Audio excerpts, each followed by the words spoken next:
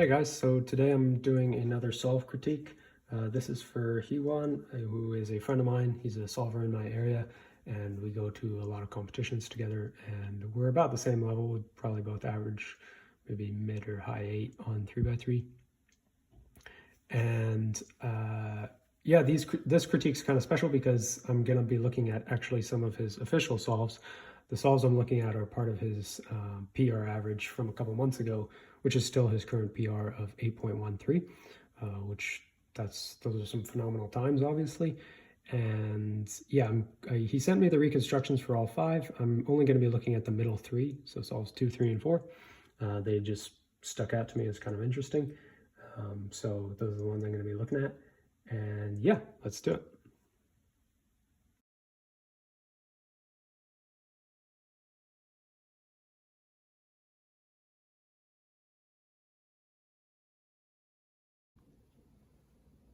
Okay, so I'm starting with your second solve, which was a 7.35. Very nice time. It was your best time of the average. And we're doing white cross. You have your cross pieces here, here, here, and here. I'll start by showing the moves, and then I'll talk about finger tricks. So the moves you did were an F2, then inserted green and orange like this, then blue, and then you finished with red like that. So let me just undo that. So finger tricks, usually just, I'm sure like a solver at your level knows this, but for anyone watching, when you're starting your cross solution with F moves, it's generally a good idea to have the cross color facing you.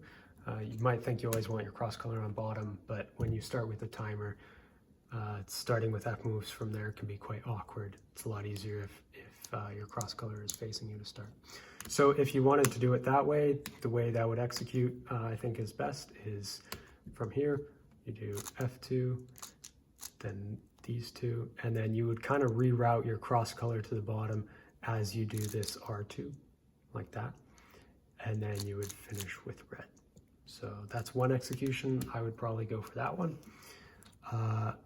Another option you could choose is, instead of on the front, you could actually start with your cross color on the back. And the way that would execute would be from here. Get this out of the way. The way that would execute is you would start same moves, but it would be a D2 and then L, and then to insert orange, that would execute with a right ring finger like that. And then same deal, you would reroute your cross color to the bottom. This time it would be an R2 prime, and then finish with red. So that may be a bit riskier finger tricks. I'd probably go for the first one, but both good options.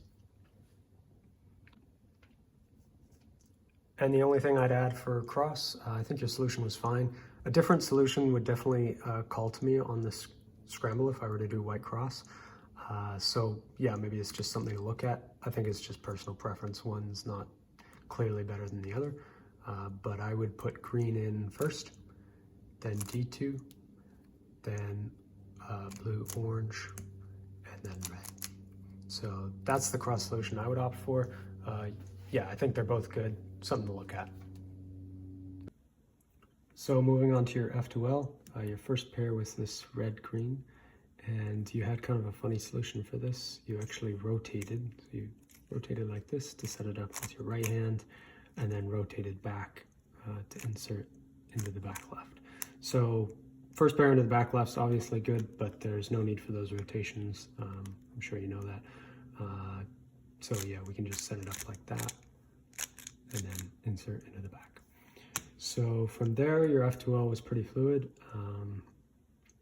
You did this orange blue like this, and then inserted it here, and then you looked ahead to this pair, inserted that into the back, and then finished with this red blue like that. So those are all good solutions, nothing to pick apart there. The only thing I might add is, after you did your first pair and you chose to go for this blue-orange, obviously I think you looked ahead to this quite well, so that's great, obviously. But if I were being really picky, this pair might be a better option, just because it would solve the back 2 slots instead of diagonal slots. And this one can also be done rotationless like that. So yeah, that, you know, if I were being really picky, that might be nicer to have 2 back slots filled. But your F2L on this solve was pretty solid. Then for last layer, you had this OLL, so you did U2 into the standard alg. And then you had a U-perm, which you used an RU U-perm, which I would have to read off because I don't know the RU U-perms. The only thing I would mention on that is, let me just do this like that. There we go. Is that this one finishes with a U2 AUF. So yeah, I'm not like well versed enough in the RU U-perms to know if there's a better option for that. I think if you can avoid like ending with a U2 AUF, that would be ideal. You can let me know in the comments, but for this one, yeah, I would just do the MU. But they're both good, so yeah.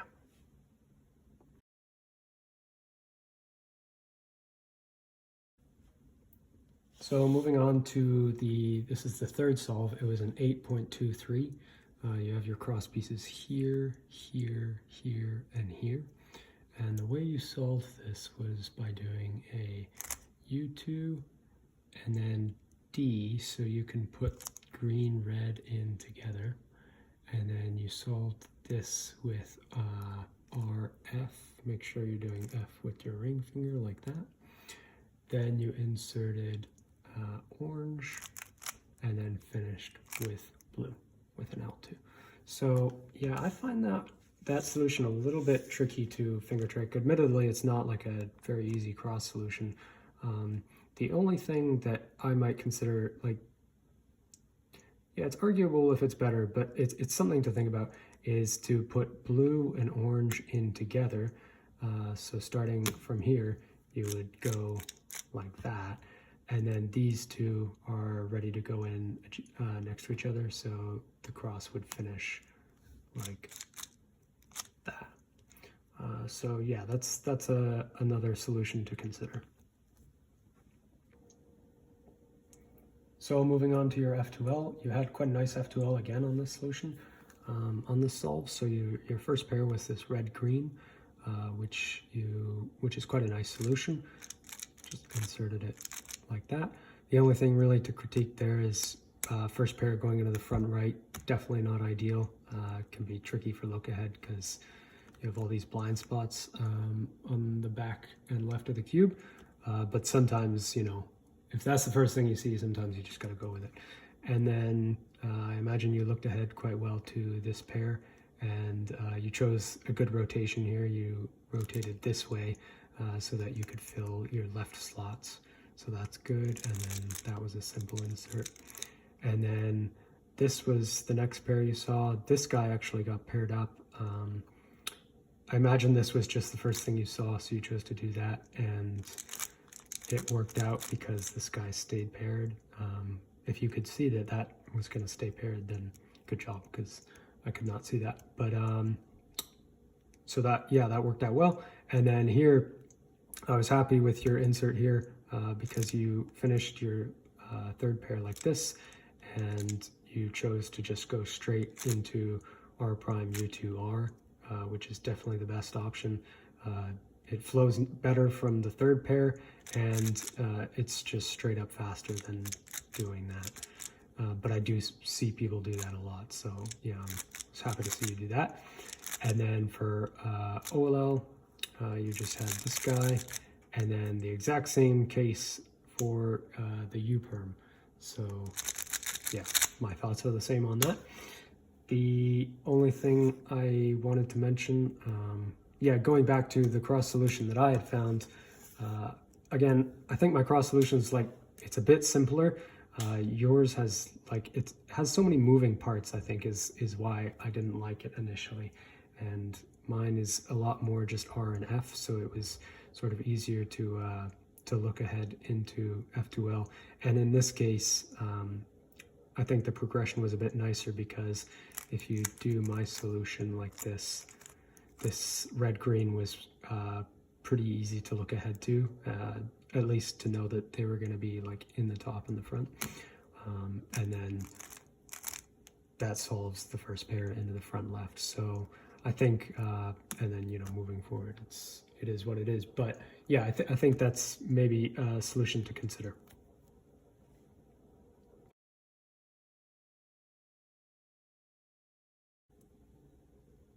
I'm going to look at your your fourth solve, which was a 783.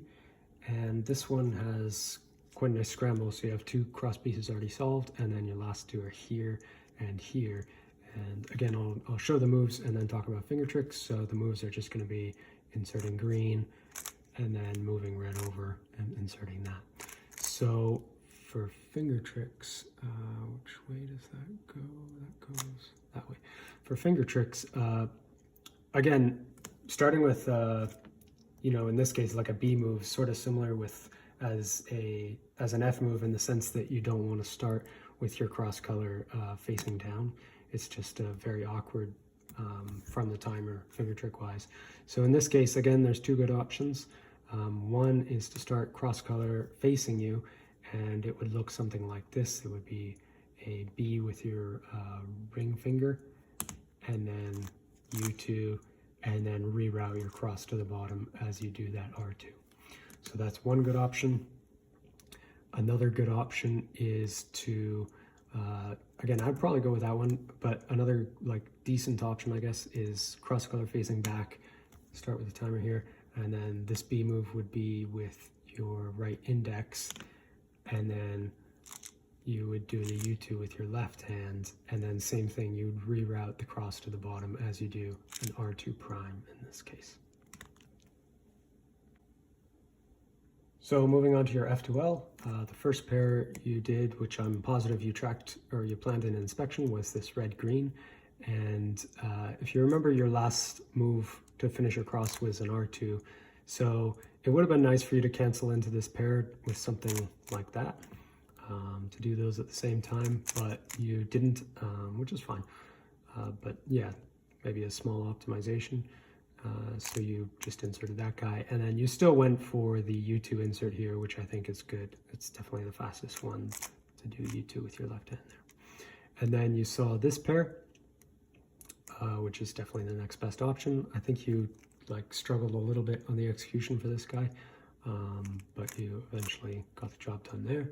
And then, yeah, this was definitely like the logical third pair. And you ended up doing it, but I think you had some look ahead problems because you took out some pieces from the back left. I'm guessing you just didn't see this guy in time. And then eventually you did see this guy, and then, so from this point you did the most logical solution like that. And then for this fourth pair, you have a lot of options. The one you opted for was to take it out like that, and then rotate and insert it. Which is okay. I think like different, you definitely have a couple of options here. A couple of things to consider. One is doing this rotationless, which I think is what I would go for, to be honest. So putting the corner here and then sledging and then inserting like that. Another good option maybe to consider. So we got to this point. Another option, maybe if you wanted to preserve EO in this case, you could recognize that taking it out like that would let you preserve your EO, and then you could either do that or that. So yeah, something to consider. Then for last layer, you had this OLL, which you chose to do, I think the standard alg, so this back zoom into this guy, and then you had a J-perm, which you did this alg, and then you did the AUF well just by doing a B prime move. So yeah, not re-gripping there. So that's all fine. I have a video about this OLL. I think this is a really good algorithm for it. It's faster than the one you did. It's definitely worth trying, if nothing else. So it looks like this. And yeah, in that case, you would get a T-perm. So yeah, that algorithm is maybe something to try.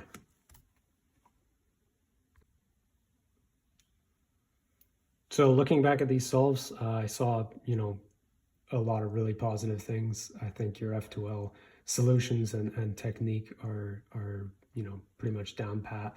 I only saw a couple of things that, are largely preference-based that I might change. But yeah, so that's really good. I think your last layer is like pretty up to snuff too, but there's no harm in always trying to make small improvements to your last layer, whether it's different algorithms or optimizing AUFs, stuff like that. And then yeah, probably I think the biggest focus I would have if I were you is the start of your solve. So maybe adding a cross color in there to do yellow, to give yellow cross an option too, would be beneficial to you.